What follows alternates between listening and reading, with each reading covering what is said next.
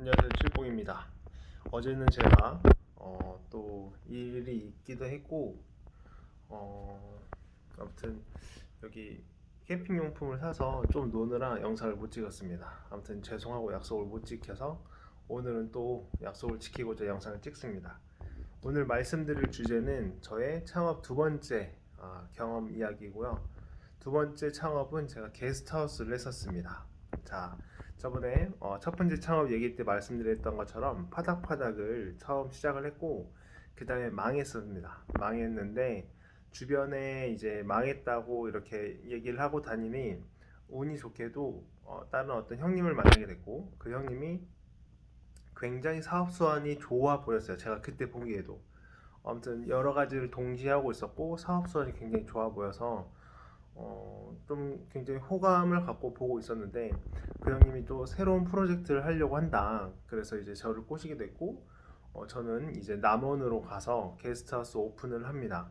그때 당시의 계획이 뭐냐면 어떤 하나의 브랜드를 갖고 있는 게스트하우스를 제주도 각 지점에 여는 거예요. 제주도가 이렇게 동그랗게 생겼으면 각 지점마다 동그랗게 만드는 겁니다. 그래서 관광객들, 젊은 관광객들이 놀러 왔을 때 그 각 지점에서 가면서 놀 수 있게끔 뭐 따로따로 노는 게 아니라 편하게, 그리고 그 안에서 이벤트라던가 그런 뭔가 놀거리, 먹을거리 같은 거를 제공을 하면 요 제주도의 어떤 게스트하우스 문화에서 좀 더 선도적인 입지를 가질 수 있다고 저는 생각을 했고 그게 이제 그 형님이 바라보는 비전이었습니다. 그래서 첫 스타트 지점으로 남원에 가게 됐고 남원에 가서 제가 처음부터 끝까지 계약 그 공간 임대 계약부터 그 다음에 오픈까지 계속 맡아서 열심히 노력을 했죠. 시공 인테리어, 외부 인테리어, 내부 인테리어, 바깥쪽 정리, 뭐 그런 뭐지 시스템 구축 등등등. 예, 그리고 스텝 뽑고 안정화로 들어가게끔 세팅을 하고 운영을 했었고 그 형님은 외부에서 마케팅이랑 총체적인 관리를 맡았습니다. 어떻게 보면 제가 창업 멤버인데 사실 돈이 들어간 건 아니고 저의 시간과 노력들이 굉장히 많이 들어갔어요. 그때 한 거의 남원에 살다시피 하면서 그렇게 일을 했었기 때문에 거의 한 6개월을 거기다가 거의 뼈를 갈았습니다. 뼈를 갈아서 일을 했는데 그때 한 7월쯤인가? 7월쯤에 오픈을 했어요. 오픈을 해서 손님을 받기 시작했고 거의 제가 12월까지 일을 했습니다. 근데 12월 달에 12월인가 1월 달에 일이 터집니다. 어떤 일이 터지냐면 제가 발목을 부상을 당해서 좀 어이없게 부상을 당했는데 그거 때문에 수술을 하게 됩니다. 발목 수술을. 근데 그때 당시 거기가 리조트였고 좀 컸어요. 게스트하우스 중에서도 수영장이 있는 유일한 제주도에서 유일한 게스트하우스였고 리조트 형식이라서 뭐 엘리베이터는 없고 3층이었고 청소를 하려면 계속 왔다 갔다 하는 그런 구조였습니다. 근데 발목을 부상을 당하니 사실 일을 할 수 없는 그런 상황이 되었고 이게 사실 그 계약 나중에 말씀드리겠지만 계약의 형식이 약간 동업관계식으로 돼 있었어요. 그래서 그쪽 상대편 건물주 쪽에 좀 이야기를 해보니 야 너는 일을 하지 말아라 그렇게 해서 어떻게 일을 하겠냐라고 좀 어이없는 답변을 받아서 좀 멍 탔는데 기분이 좀 나쁘더라고요. 아니 이제까지 고생한 거 생각 안 하고 다쳤다고 이렇게 사람을 팽 시키네? 라고 많이 느꼈는데 어쨌거나 그 다른 같이 했던 형님한테는 잘 이야기를 마무리했고 아무튼 거기서 나옵니다. 나와서 수술을 받게 되고 저희 그 두 번째 창업 이야기는 그렇게 끝이 납니다. 좀 어, 뼈를 갈아 넣은 거에 대비해서 마무리가 좀 시원치 않았어요, 사실. 좀 깨끗하지 않아서 찝찝합니다. 음.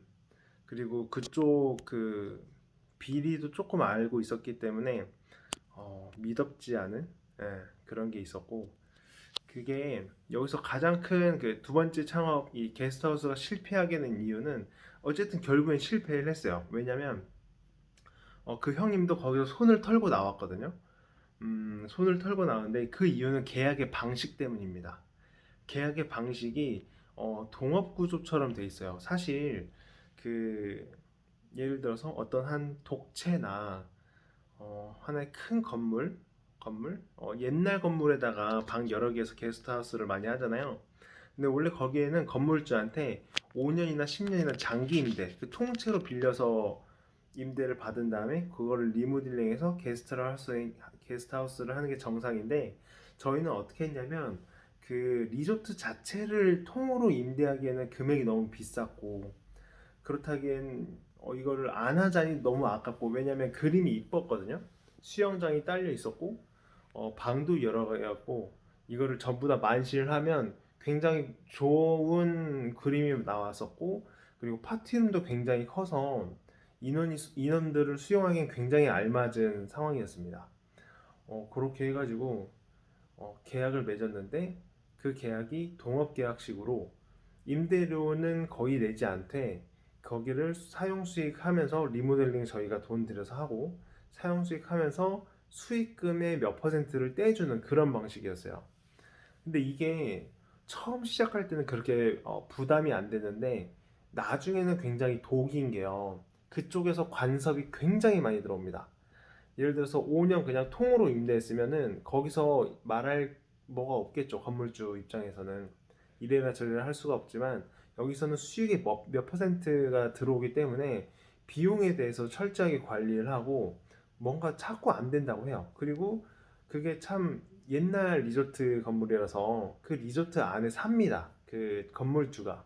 그래서 굉장히 뭐 시끄럽네 어쩌네 이러고, 음식을 하면 또 음식 냄새 난다고 뭐라고 하고, 이게 딱 선이 구분이 명확하지가 않았어요.